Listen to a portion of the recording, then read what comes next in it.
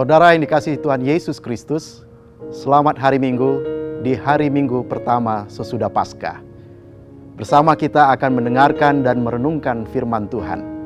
Namun sebelumnya saya mengundang Bapak Ibu untuk ambil bagian di dalam doa memohon bimbingan Roh Kudus. Mari kita satu di dalam doa. Tuhan yang kami sapa di dalam Kristus Yesus yang bangkit bagi kami semua. Kami datang kepadamu, memohon tuntunan kasih sayang Tuhan dan penyertaan Roh Kudus-Mu. Karena sesaat lagi kami bersama akan mendengarkan sabda Tuhan dan pemberitaannya. Biarlah Roh Kudus-Mu mengisi relung hati kami, pikiran kami, sekalipun situasi di sekitar kami di saat ini ada di dalam keterpurukan, keterbatasan. Namun biarlah firman Tuhan semakin menguatkan kami, memberi penghiburan, dan juga memberikan kami pengharapan akan hari esok. Di dalam nama Kristus Yesus, kami mohon penyertaan Roh Kudus-Mu, dan jadilah sesuai dengan kehendak-Mu. Amin. Saudara terkasih, di Minggu Paskah kedua ini kita akan dituntun dengan pembacaan Alkitab dari Kitab Injil Yohanes pasal 20 ayat 19 sampai ayatnya yang ke-31. Bunyinya demikian. Ketika hari sudah malam pada hari pertama minggu itu, berkumpullah murid-murid Yesus di suatu tempat dengan pintu-pintu yang terkunci karena mereka takut kepada orang-orang Yahudi. Pada waktu itu datanglah Yesus dan berdiri di tengah-tengah mereka dan berkata, "Damai sejahtera bagi kamu." Dan sesudah berkata demikian, ia menunjukkan tangannya dan lambungnya kepada mereka. Murid-murid itu bersuka cita ketika mereka melihat Tuhan. Maka kata Yesus sekali lagi, "Damai sejahtera bagi kamu. Sama seperti Bapa mengutus aku, demikian juga sekarang aku mengutus kamu." Dan sesudah berkata demikian, ia mengembusi mereka dan berkata, "Terimalah Roh Kudus. Jikalau kamu mengampuni dosa orang, dosanya diampuni. Dan jikalau kamu menyatakan dosa orang tetap ada, dosanya tetap ada." Tapi Thomas, seorang dari ke-12 murid itu yang disebut Didimus, tidak ada bersama-sama mereka ketika Yesus datang ke situ. Maka kata murid-murid yang lain itu kepadanya, "Kami telah melihat Tuhan." Tetapi Thomas berkata kepada mereka, "Sebelum aku melihat bekas paku pada tangannya, dan sebelum aku mencucukkan jariku ke dalam bekas paku itu, dan mencucukkan tanganku ke dalam lambungnya, sekali-kali aku tidak akan percaya." 8 hari kemudian, murid-murid Yesus berada kembali dalam rumah itu, dan Thomas bersama-sama dengan mereka. Sementara pintu-pintu terkunci, Yesus datang dan ia berdiri di tengah-tengah mereka dan berkata, "Damai sejahtera bagi kamu." Kemudian ia berkata kepada Thomas, "Taruhlah jarimu di sini dan lihatlah tanganku. Ulurkanlah tanganmu dan cucukkan ke dalam lambungku. Dan jangan engkau tidak percaya lagi, melainkan percayalah." Thomas menjawab dia, "Ya Tuhanku dan Allahku." Kata Yesus kepadanya, "Karena engkau telah melihat aku, maka engkau percaya. Berbahagialah mereka yang tidak melihat namun percaya." Memang masih banyak tanda lain yang dibuat Yesus di depan mata murid-muridnya yang tidak tercatat dalam kitab ini.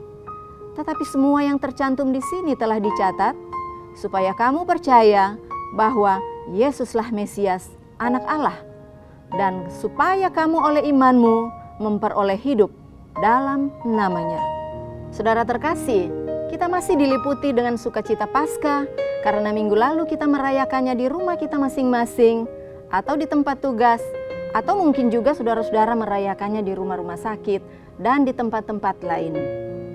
Kita memang tidak dapat merayakannya dengan berkumpul bersama-sama dengan kerabat dan teman kita secara berjemaat seperti biasanya, demi upaya bersama untuk pencegahan penularan COVID-19. Tetapi spirit kemenangan atas maut serta doa-doa dan harapan telah berkeliling dunia dengan bantuan gadget kita. Saudara terkasih, Kita bersyukur atas upaya pemerintah dan masyarakat yang serius berperang melawan virus ini.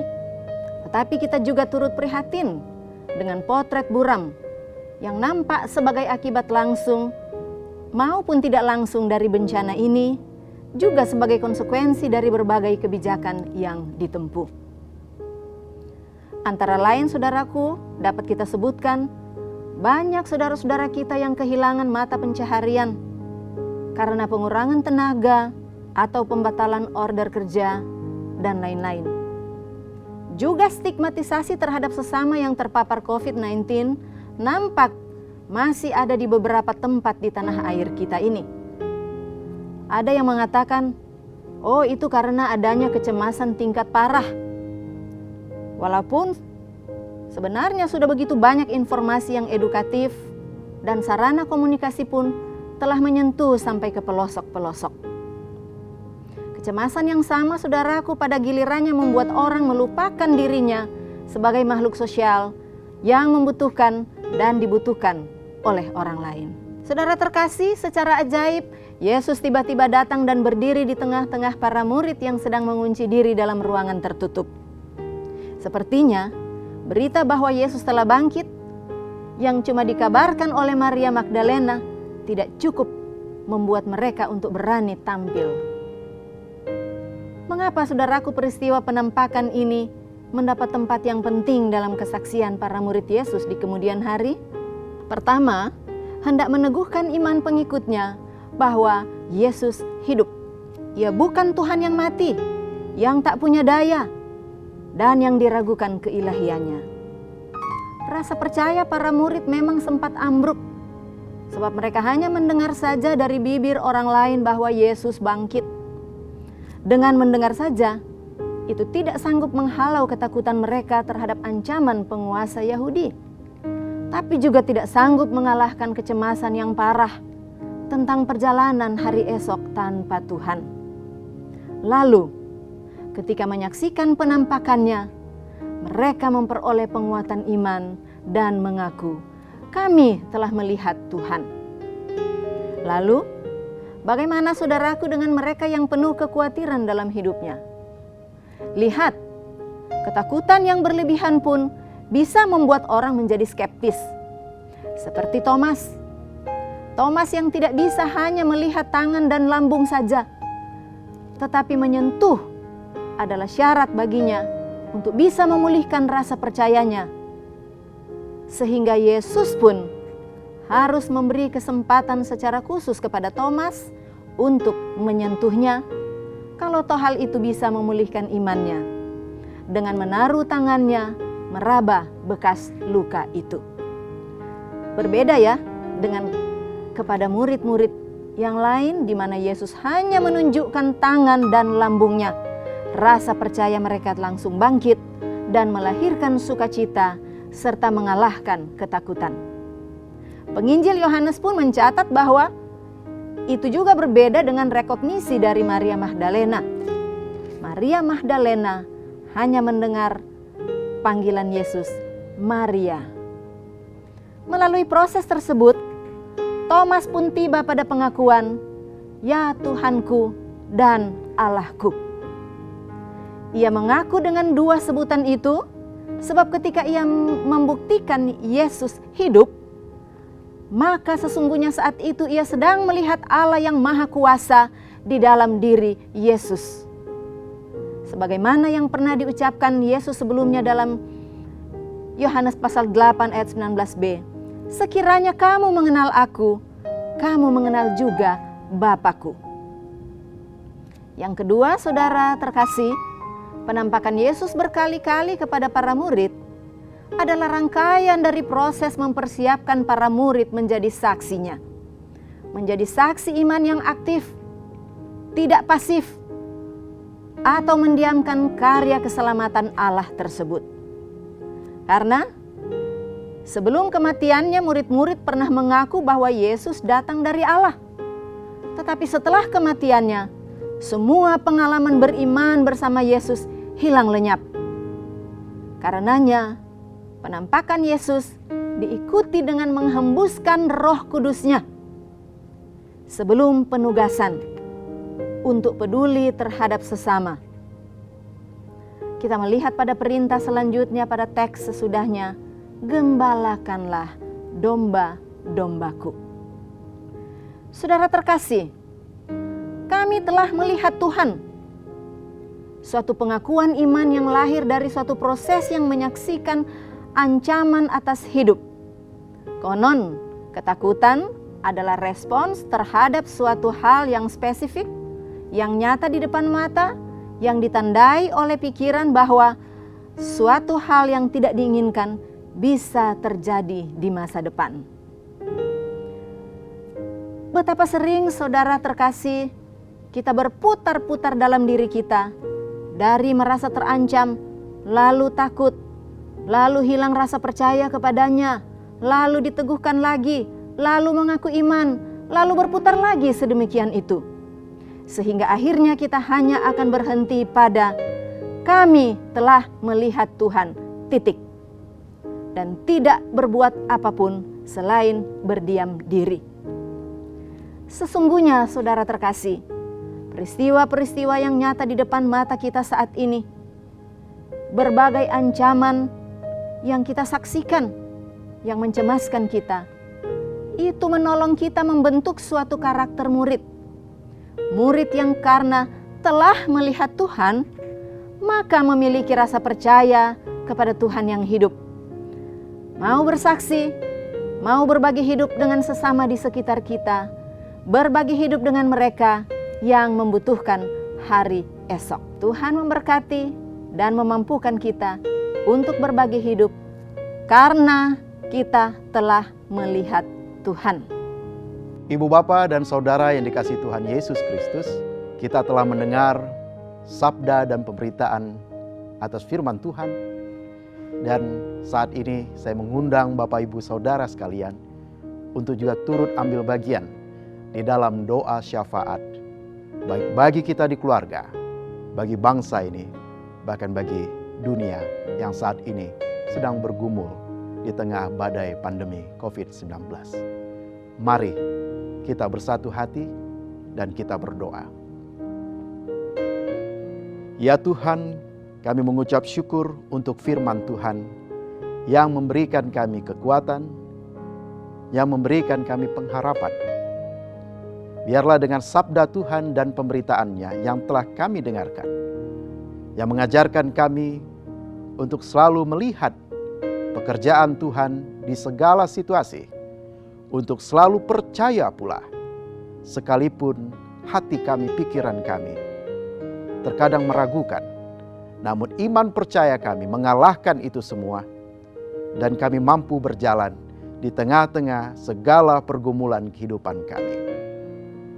Tuhan, kami anak-anak-Mu juga menyerahkan hidup keluarga kami, orang-orang yang kami cintai, kami yang bergumul di dalam kasih sayang satu sama lainnya, kami yang bergumul di dalam keadaan ekonomi rumah tangga kami yang bergumul dengan kesehatan kami yang bergumul dalam rupa-rupa persoalan lainnya.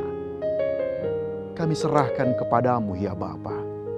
Kami memohon kepadamu ya Tuhan, agar kami dimampukan, dikuatkan menghadapi segala pergumulan ini, dan kami dimenangkan di atas pergumulan ini.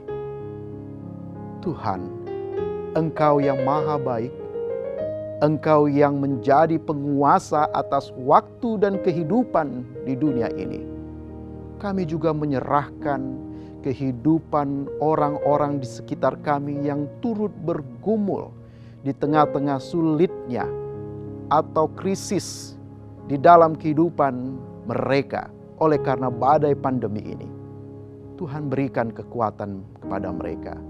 Tuhan juga sapa orang-orang yang berkelebihan maupun berkecukupan untuk saling membantu agar kehidupan terus berlangsung, dan mereka yang terpuruk, mereka yang dalam penderitaan tetap bersyukur dan berserah kepadamu oleh karena sentuhan-sentuhan, pertolongan-pertolongan dari anak-anak-Mu lainnya ya Bapa. Kami menyerahkan anak-anak-Mu yang berjuang sebagai tenaga medis maupun non-medis, mereka yang menjadi pemerintah di negara ini, mereka yang menjadi sukarelawan, mereka yang ambil bagian di dalam pelayanan-pelayanan lainnya. Tuhan sertai dan berkati mereka. Bahkan keluarga-keluarga mereka pun diberikan kekuatan, ketabahan, dan juga penyerahan diri kepada Tuhan. Berkat Tuhan terjadi kepada mereka dalam berbagai bentuk yang indah di hati mereka masing-masing. Tuhan, kami juga menyerahkan selain persoalan bangsa kami ini, kami juga teringat negara-negara lain yang turut ambil atau merasakan dari krisis ini. Tuhan juga sertai kami mohon agar kuasa Tuhan melingkupi semua anak-anak-Mu yang bergumul di dalam masa pandemi ini. Dan pada akhirnya dalam waktu Tuhan yang indah, kami melihat bahwa Kristus yang bangkit bagi kami itu menyediakan kesembuhan, memberikan pemulihan-pemulihan di dalam berbagai hal kehidupan kami. Dan kami boleh melihat atau memaknai peristiwa ini di akhir situasi ini semuanya, bahwa Tuhan selalu menyertai kami. Tuhan memberikan yang terbaik. Tuhan juga membuat kami semakin dekat kepadamu, takut akan Engkau, sekaligus juga semakin mengasihi, mencintai sesama lainnya oleh karena badai yang telah kami lalui. Kami serahkan hidup dan kehidupan kami ya Bapa. Kami serahkan orang-orang yang kami cintai dan mencintai kami. Kami serahkan orang-orang yang bahkan mungkin membenci kami, menstigma kami, mendiskriminasi kami. Biarlah kehidupan kami, masa depan kami, dan semua yang menjadi pengharapan kami, Tuhan berkati. Inilah doa kami Bapa. Inilah seruan dari hati kami. Di dalam nama Kristus Yesus yang bangkit bagi kami, kami berdoa kepada Bapa. Amin.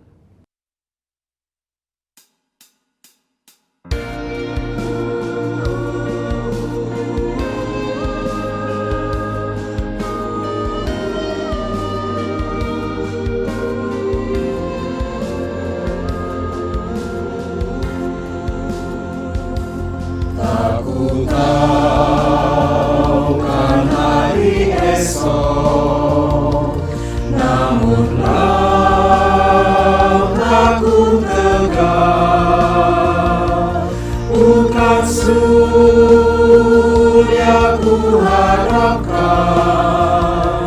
karena surya kan lenyap. Oh tiada ku gelisah akan masa menjelang, ku berjalan serta Yesus, maka hatiku tenang. Banyak hal aku pahami dalam masa menjelang, tapi terang bagiku ini tangan Tuhan yang terang. Makin terang dalam perjalanan, makin tinggi aku naik, dan bebanku makin ringan, makin nampaklah yang baik.